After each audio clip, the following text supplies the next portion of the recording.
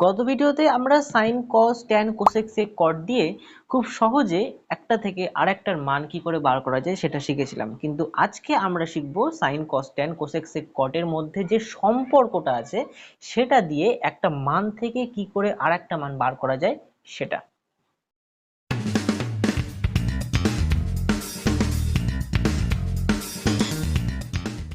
লক্ষ্য করলে তোমরা দেখতে পাবে যে এটা হচ্ছে ঠিক সাইনের ঠিক অপোজিটটা হচ্ছে কোসেক থিটা, যেটাকে আমরা 1/sin ও বলতে পারি।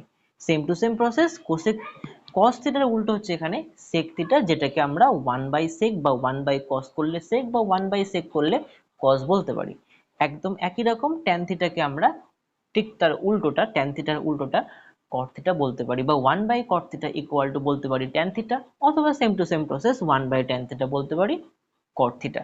কিন্তু এই সাইন কস ট্যান এবং কোসেক সেক কটের মধ্যে একটা সম্পর্ক আছে। সম্পর্কটা কাদের মধ্যে? তো এখানে কোন দুজনের মধ্যে সেই সম্পর্ক মিলে তিনটে সূত্র গঠিত হয়েছে দেখো। তো সাইনের সঙ্গে একটা কজের সম্পর্ক আছে, আমি এখানে অ্যারো দিয়ে ডিনোট করেছি। কোসেকের সঙ্গে কটের এবং সেকের সঙ্গে ট্যানের একটা সম্পর্ক আছে। তো সম্পর্ক তিনটে দেখে নাও।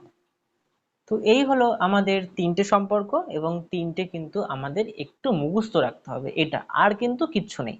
Sign square theta plus cos square theta equal to 1, sec square theta minus tan square theta equal to 1 এবং cosec square theta minus cot square theta equal to 1। একটু আগে যেরকম বললাম যে সাইনের সঙ্গে কসের সম্পর্ক, সম্পর্ক মানে হচ্ছে স্কয়ারের প্লাস 1 হবে।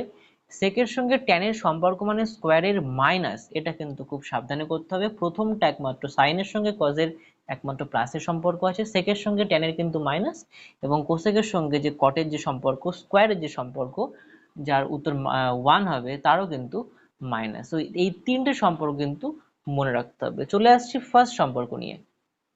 এই সম্পর্ক থেকে আমরা আরো দুটো সূত্র কিন্তু লিখতে পারি। আমি কখনোই বলবো না সেটা মুখস্থ করতে, সেটা কিন্তু আমরা বানিয়ে নেব। আমাদের বানাতে কয়েক সেকেন্ড টাইম লাগবে। দেখো, যদি এখানে সাইন থিটার মান আমাদেরকে বার করতে বলে, কস থিটার মান হয়তো দেওয়া আছে, তো সাইন থিটা আমি এখানে সরাসরি লিখবো যে sine square theta equal to 1 minus cos square theta. একই রকম ভাবে তাহলে কত হবে, sine theta equal to root over, এখানে যে স্কোয়ার ছিল স্কোয়ারটা বসে গেলে রুট হয়ে যাবে, 1 মাইনাস কস স্কোয়ার থিটা।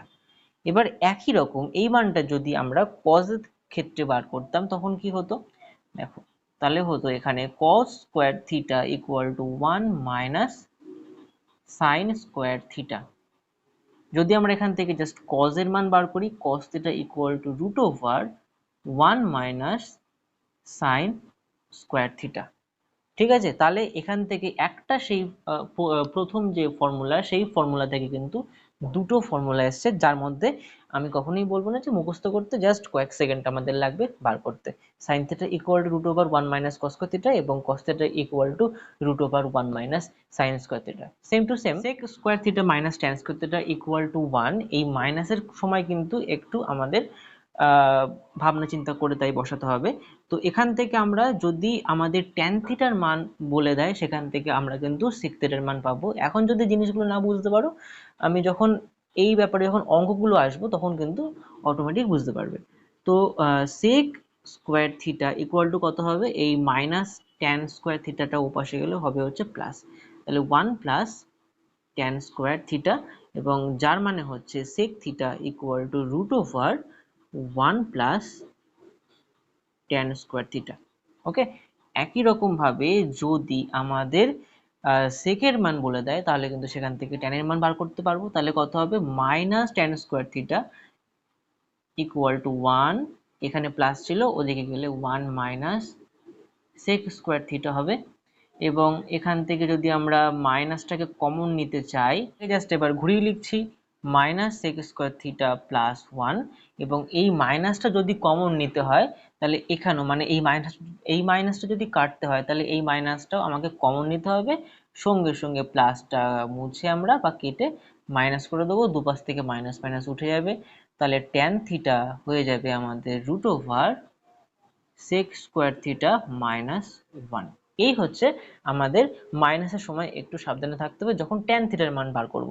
মুখস্থ করতে হবে না, জাস্ট কয়েক সেকেন্ডের মধ্যে বার করে নেব।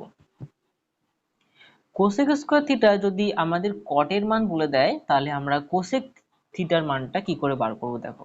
তাহলে এখানে কি হবে, cosec square theta equal to 1 plus কি হবে, কট স্কোয়ার থিটা। তাহলে কোসেক থিটা স্কোয়ারটা ওপাশে গেলে রুট হয়ে যাবে 1 প্লাস কট স্কোয়ার থিটা।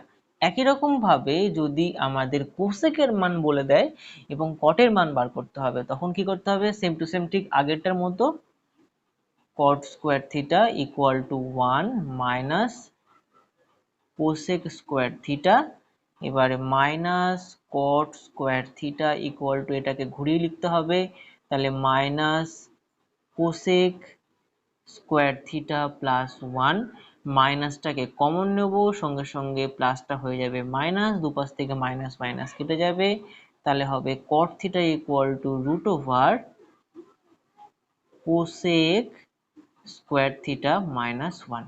এই হচ্ছে আমাদের তিনটে যে মেন ফর্মুলা, এই যে এটা হচ্ছে 3 নম্বর 1 2 3, তার যে দুটো দুটো করে সূত্র এখানে আসছে। আমি প্রথমেই বলেছি যে মুখস্থ করার দরকার নেই, জাস্ট মনে রাখবে, জাস্ট আমরা এখান থেকে বার করে নেব, তাহলে কিন্তু পুরো ম্যাটারটা কিন্তু কমপ্লিট।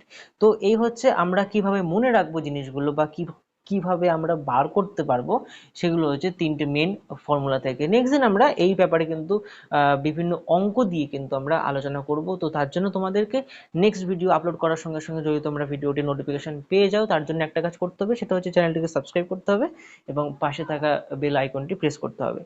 তো যদি ভিডিওটি ভালো লেগে থাকে এবং যদি নতুন কিছু ইন্টারেস্টিং জিনিস কিছু শিখতে পারো, তাহলে অবশ্যই ভিডিওটি লাইক করে দিও। দেখা হচ্ছে পরের ভিডিওতে। Good bye.